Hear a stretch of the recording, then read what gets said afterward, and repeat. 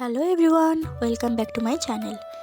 আজ বাবু জন্মদিন ছিল, তাই গোপু সোনার জন্য নতুন পোশাকটা এসেছে। আর এটা হচ্ছে আমাদের লক্ষ্মী মাতার শাড়ি। তো এখন গোপু স্নান সেরে এর নতুন জামাটাই পরবে। এখন এটা হচ্ছে লক্ষ্মী মাতার শাড়ি, তো পরে এটা পরানো হবে। এখন গোপু স্নান করছে। সাধারণভাবে প্রত্যেক দিনে গোপুকে আমরা গঙ্গা জল, ঘি, মধু, গোলাপ জল, আগুরু, চন্দন বাটা, ফুল, তুলসী এসব দিয়ে স্নান করাই। আর বিশেষ দিনগুলোতে গোপু সোনা দুধ, দই, ঘি, চন্দন বাটা এসব দিয়ে স্নান করানো হয়ে থাকে। তো এবার স্নান সেরে গোপু নতুন পোশাক পরবে। স্নানের সময় আমরা সাধারণত গোপুকে স্নান করাতে করাতে ওম নমো ভগবতে বাসুদেবায় নমো এই মন্ত্রটাই বলে থাকি। এটা 108 বার বললে খুবই ভালো।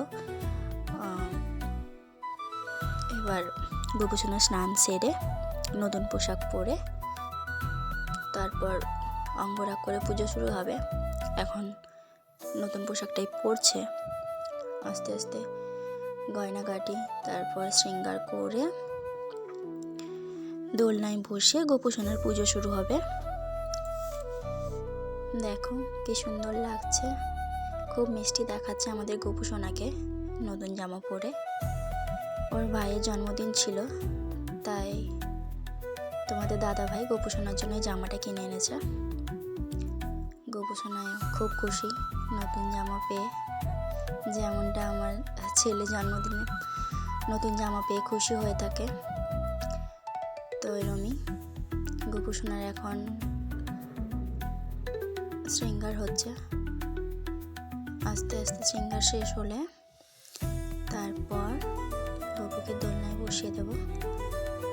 এবং দোলনায় বসানোর পর তার পুজো করে ভোগ নিবেদন করে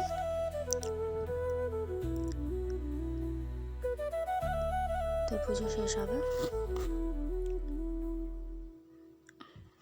এখন গোপু সোনার অঙ্গরাগ সম্পূর্ণ হলো। এবার বসিয়ে রেখে তারপর তার সিংহাসনে বসানো এবং পুজো শেষ করে, এই যে হচ্ছে আজকের বার্থডে বয়, গোপাল দাদাকে প্রণাম করতে গেছে। আজকের ভিডিও এই পর্যন্ত, দেখা হচ্ছে নেক্সট ভিডিওতে। ততক্ষণ সাবধানে থাকবেন, টাটা।